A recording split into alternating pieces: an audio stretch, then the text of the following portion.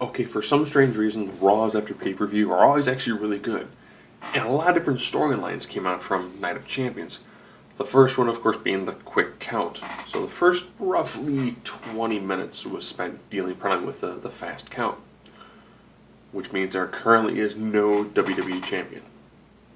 And then they fired Brad Armstrong, who was the referee. Which was actually a pretty decent little bit there, because then they were able to also have Stephanie and Triple H tell Orton that he's just not vicious enough. Which then led to a match between Orton and Miz, where Miz pretty much got the living daylights beaten out of him. So Miz is going to be off TV for a little while. But it was nice to show one more vicious side of Orton again. That match ended in double countout. Then another match between Damian Sandow and Rob Van Dam. These two guys actually have some pretty decent chemistry. Rob Van Dam got the victory, and then they played Damian Sandow's music.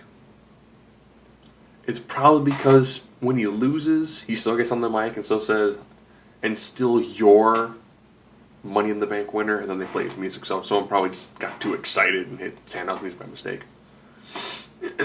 Ambrose had a match against Ziggler. These two guys now, their first match was kind of rough. Second match, vast improvement. Third match, ridiculously better. So as these two are wrestling each other a little more, they're getting much better chemistry. Ziggler got the victory there. They made a big deal about Dusty Rhodes showing up. And he cut a solid promo. Even called himself Virgil Runnels. On Bleacher Report, somebody actually made mention that Steph called him Virgil.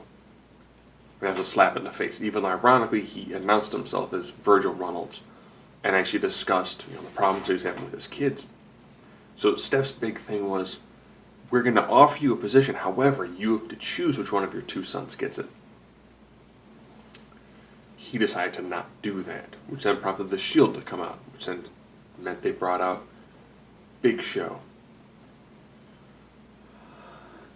I like the Triple H, massive ego storyline. I think it's good. I think it's solid. But the Stephanie Big Show thing just is horrible.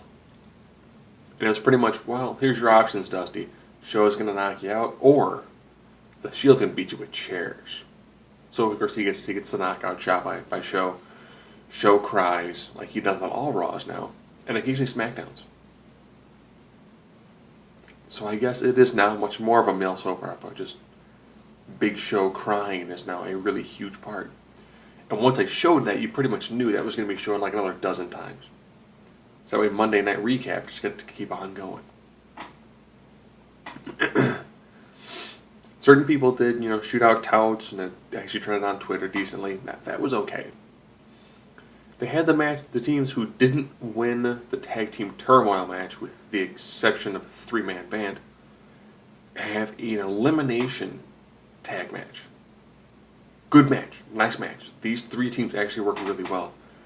I'm looking forward to when Los Matadores, or Cologne's 2.0, for them to return. And the Usos won, therefore the Usos will again take on the Shield for the tag belts. Okay. That could work. Bray Wyatt, again, ridiculous promo. I think they're probably going to keep him off air for a little while, especially off of Raw, because they've got other things they can do on the other shows. And it keeps them kind of off of trying to either side with H or side against H, which would be kind of just an awkward thing to see that character at. It was a 6 Divas tag match. The Bella won.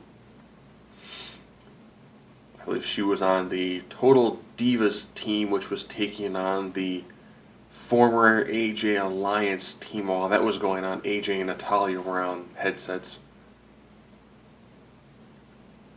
I'm looking forward to seeing a more Natalya, AJ. That'll be nice. I did hear Mickie James did not re-sign with TNA. She would be unique to throw into that, just because she's a name and she could really actually help build that division fairly well.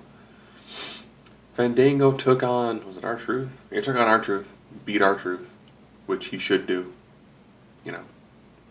Not being racist, just R-Truth tends to not win matches. They did beat Sandow, I think, on last week's main event. Am I leaving out any other matches?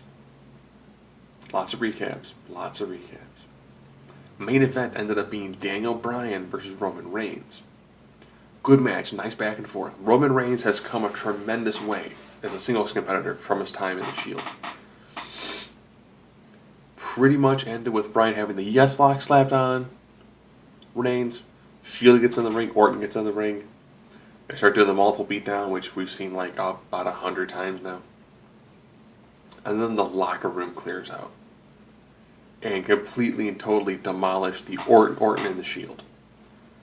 So it'll be unique to see what's going to happen in the next couple of episodes. They're not going to deal with it on the main event because they don't. But to see what repercussions are going to be on SmackDown. That's going to be pretty interesting.